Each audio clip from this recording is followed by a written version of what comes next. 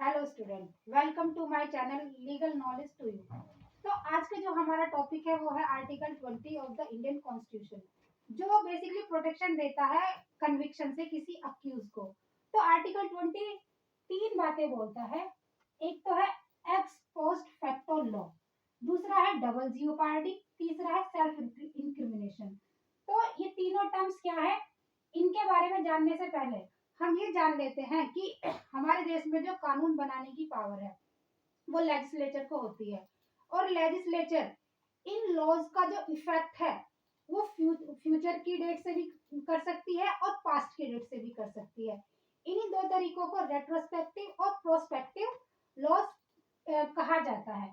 तो prospective effect किसी law का ये होता है कि अगर 2023 में कोई कानून बना है तो उसको आज की डेट से इफेक्ट में लाया जाएगा और आगे तक वो उसका इफेक्ट चलेगा। मतलब अगर कोई लॉ ये डिक्लेयर करता है कि 2023 में कोई एक्ट या ओमिशन कोई पनिशमेंट की कैटेगरी में आएगा या कोई क्राइम होगा, तो वो आज से लेकर आगे की डेट में क्राइम माना जाएगा, ना कि पीछे की डेट में। 2011 में वो एक्ट या ओमिशन क्राइम नहीं माना जाएगा। जबकि रेट्रोस्पेक्टिव इफेक्ट उस लॉ को कहते हैं अगर कोई 2023 में कोई लॉ बनता है और लेजिस्लेचर ये कह देती है कि अगर कोई एक्ट 2011 में भी किया गया है तो वो भी क्राइम की कैटेगरी में आएगा और पनिशमेंट उस एक्यूज को दिया जाएगा। अब इसको सिंप्लीफाई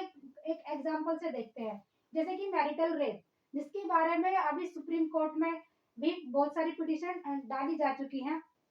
उसमें ये कहा गया है कि अगर हमारी जो वाइफ होती है, जैसे हमारे इंडियन सोसाइटी में हस्बैंड वाइफ होते हैं, अगर कोई हस्बैंड अपनी वाइफ के साथ उसकी कंसेंट के बिना सेक्स करता है तो उसको पनिशमेंट की कैटेगरी में डाल देना चाहिए।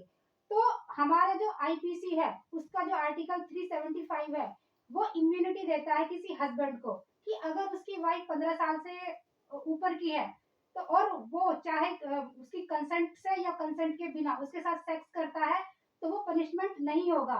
लेकिन अगर ये पीआईएल में सुप्रीम कोर्ट ये कह देता है या लेजिस्लेचर ऐसा कोई लॉ ले आती है कि अगर कोई भी हस्बैंड अपनी वाइफ के साथ उसकी कंसेंट के बिना सेक्सुअल एक्ट करता है तो उसको क्राइम माना जाएगा और उसको हस्बैंड को पनिश किया जाएगा। तो इस लॉ को रेट्रोस्पेक्टिवली कहा जाएगा अगर उसको पीछे से इफेक्ट में माना जाएगा। लेकिन अगर लेजिस्लेचर ये कह दे कि ठीक है 2013 से पहले वो 2023 से पहले जितने भी ऐसे एक्ट थे जो विदाउट कंसेंट थे, हस्बैंड ने जो अपनी वाइफ के साथ जो विदाउट कंसेंट सेक्सुअल एक्ट किए थे तो वो तो इम्यून हो जाएंगे, लेकिन आगे के लिए मैरिटल रेप में उसको सजा दे दी जाएगी। मतलब यह है कि अगर आज की डेट में एक ऐसा लॉ बनाया जाए कि मैरिटल रेप क्राइम होगा तो उसका इफेक्ट 2023 के बाद होगा, ना कि 2011 में। तो यही कॉन्सेप्ट होता है रेट्रोस्पेक्टिव। रेट्रोस्पेक्टिव का मतलब होता है कि पीछे के एक्ट को भी क्राइम मान लेना, और प्रोस्पेक्टिव का मतलब होता है कि आगे जाके लॉ का इफेक्ट होना। तो बेसिकली हमारा जो पहला कॉन्सेप्ट है एक्स पोस्ट फैक्टो लॉ, वो ये कहता है कि लेजिस्लेचर को ये पावर नहीं है कि वो क्रिमिनल मैटर्स में रेट्रोस्पेक्टिव लॉज बनाए। हाँ, सिविल मैटर्स में पार्लियामेंट को ये अधिकार है कि वो ऐसे लॉज ला सकती है जिनका रेट्रोस्पेक्टिवली इफेक्ट हो सकता है। लेकिन आर्टिकल 20 का क्लोज 1 जो एक्स पोस्ट फैक्टो लॉ के बारे में बताता है वो लेजिस्लेचर को प्रोहिबिट करता है कि आप ऐसे लॉज नहीं लेकर आ सकते जो रेट्रोस्पेक्टिव इफेक्ट रखते हो। इसका अगर हम एक एग्जांपल देखें ये तो वो उसका केस है एक Kedarnath versus state of west of Bengal. तो इसमें क्या हुआ था, जो अक्यूज था उसको 1947 में एक केस के लिए बुक किया गया था, और जब उसकी ट्रायल होते होते 1949 आ गया था। जब तक उसका ट्रायल चल ही रहा था, लेजिस्लेचर ने एक अमेंडमेंट लाकर उसकी जो पेनल्टी थी उसको डबल कर दिया गया था, और जो मजिस्ट्रेट था उसने केदारनाथ को डबल पेनल्टी से पनिश किया था। लेकिन सुप्रीम कोर्ट ने ये कहा कि आर्टिकल 20 का क्लोज 1 जो है वो हमें इम्यूनिटी देता है कि ऐसे इम्यूनिटी देता है कि किसी भी अक्यूज को उसी लॉ से पनिश किया जाना चाहिए, उसी लॉ से ट्रीट होना चाहिए जो उसी टाइम, जिस टाइम उसने एक्ट कमिट किया वो इन्फोर्स में था। तो केदारनाथ के केस में सुप्रीम कोर्ट ने इस पनिशमेंट को खत्म कर दिया था और ये कहा था कि अक्यूज को वही पनिशमेंट दिया जाएगा जो 1947 में प्रिवेल करता था, क्योंकि एक्ट 1947 में हुआ था।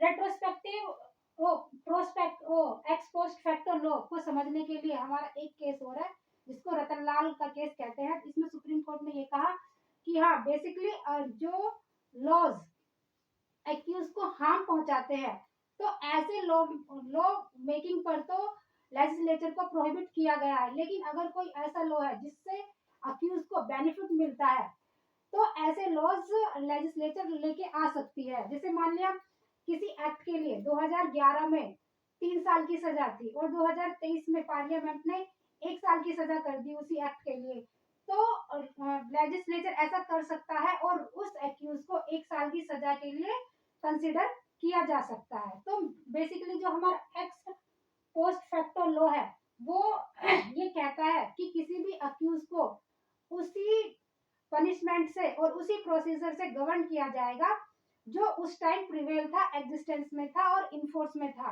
अगर लेजिस्लेचर बाद में कोई लॉ बनाकर लॉ में कोई तब्दीली करती है तो उससे अक्यूज पर कोई फर्क नहीं पड़ेगा। हमारी इस फ्रेज में 2 शब्द दिए गए हैं, एक तो ऑफेंस और दूसरा पेनल्टी। तो एक्स पोस्ट फैक्टो लॉ में दोनों चीजें कवर होती हैं, चाहे वो ऑफेंस हो या पेनल्टी। ऑफेंस भी वही ट्रीट होगा जो उस टाइम प्रिवेल था और पेनल्टी भी उतनी ही मिलेगी जितनी उस टाइम प्रिवेल थी। ऐसा नहीं है कि उसको डबल कर देंगे तो डबल करने से उस अक्यूज को डबल पेनल्टी देनी पड़ेगी।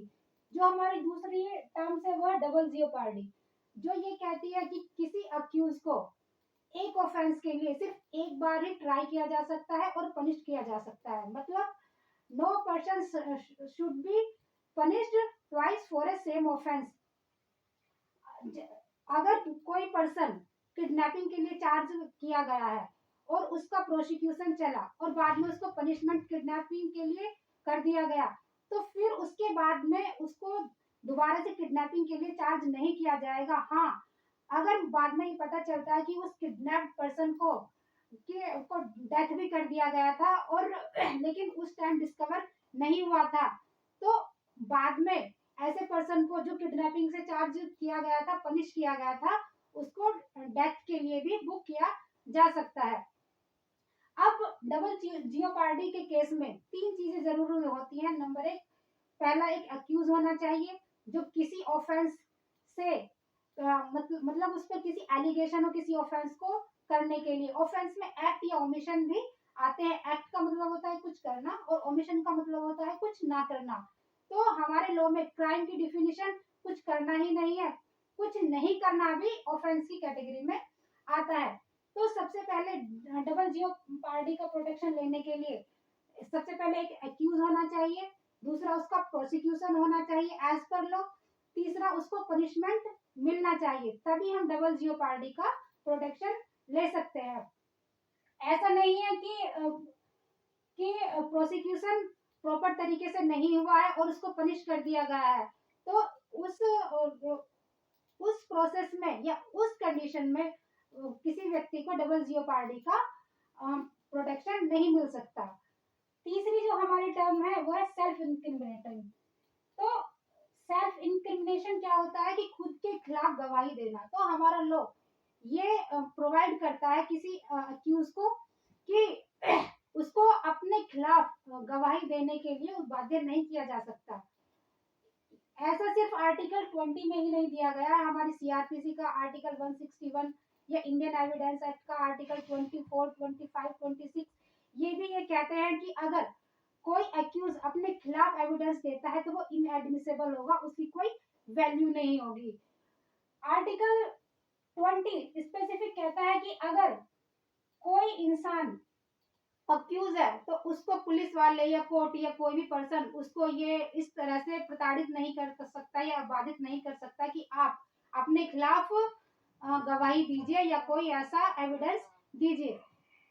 हमारी इस टर्म से रिलेटेड एक बहुत फेमस केस है Nandini Satpathy versus PL Nandini Satpathy versus PL दानी, जिसमें जो अक्यूज था उस पे करप्शन के चार्ज थे और पुलिस ने जो अक्यूज था उसको एक लिस्ट ऑफ क्वेश्चंस दिया था और अक्यूज ने उन क्वेश्चंस का आंसर देने के लिए मना कर दिया था। उसके इसी मना करने पर पुलिस ने उसको 179 आईपीसी में बुक कर लिया था। तो जो अक्यूज था वो सुप्रीम कोर्ट गया और सुप्रीम कोर्ट ने ये कहा कि हाँ, जो अक्यूज है उसको फुल राइट है कि वो अपने अगेंस्ट कोई गवाही ना दे और उसको ये आंसर है कि वो उसको ये राइट है कि वो आपकी लिस्ट ऑफ क्वेश्चंस का आंसर दे या ना दे। लेकिन क्या हैंडराइटिंग देना या फिंगरप्रिंट देना या अपना ब्लड सैंपल देना या डीएनए प्रोफाइलिंग कराना भी सेल्फ इंक्रिमिनेटिंग में प्रोटेक्ट होगा? तो इसका आंसर है नहीं। सुप्रीम कोर्ट ने अपने जजमेंट काठी Kalu versus state of Punjab में ये स्पेसिफिकली कहा था कि अब स्पेसिफिक फिंगरप्रिंट होते हैं या हमारा डीएनए प्रोफाइलिंग होता है या हैंडराइटिंग स्पेसिफिक होता है, वो सेल्फ इंक्रिमिनेटिंग की कैटेगरी में नहीं आते और किसी पर्सन को इसके लिए पुलिस बाध्य कर सकती है। तो हमारे इन्हीं टर्म से रिलेटेड कुछ जो केस लॉज हैं उनको आप याद रख सकते हैं। पहला है इसके उसमें है केदारनाथ वर्सेस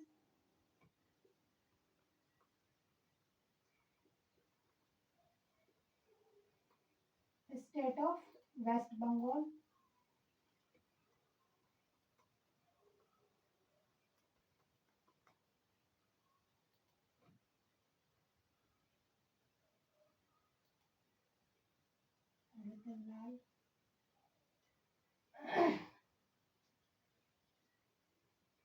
डबल जियोपार्डी का है मकबूल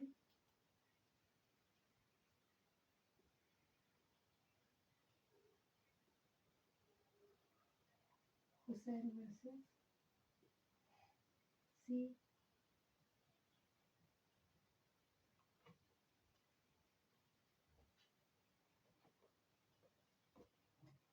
तो डबल जियोपार्डी का जो हमारा एक केस है Maqbool Hussain versus C custom authority, इसमें भी सुप्रीम कोर्ट ने ये कहा था कि अगर जो पनिशमेंट है या प्रोसिक्यूशन है अगर किसी एडमिनिस्ट्रेटिव ट्रिब्यूनल से है या किसी कोई डिपार्टमेंटल इंक्वायरी है तो वहां पर डबल जियोपार्डी का प्रोटेक्शन नहीं मिल सकता। डबल जियोपार्डी का जो प्रोटेक्शन है वो सिर्फ जुडिशियल इन्वेस्टिगेशन और जुडिशियल प्रोसीडिंग पर ही मिलता है। और सेल्फ इंक्रिमिनेटिंग का केस है नंदिनी सतपथी वर्सेस पीएल दानी। इसी से रिलेटेड है हमारा काठी Kalu versus state of Punjab. Sorry.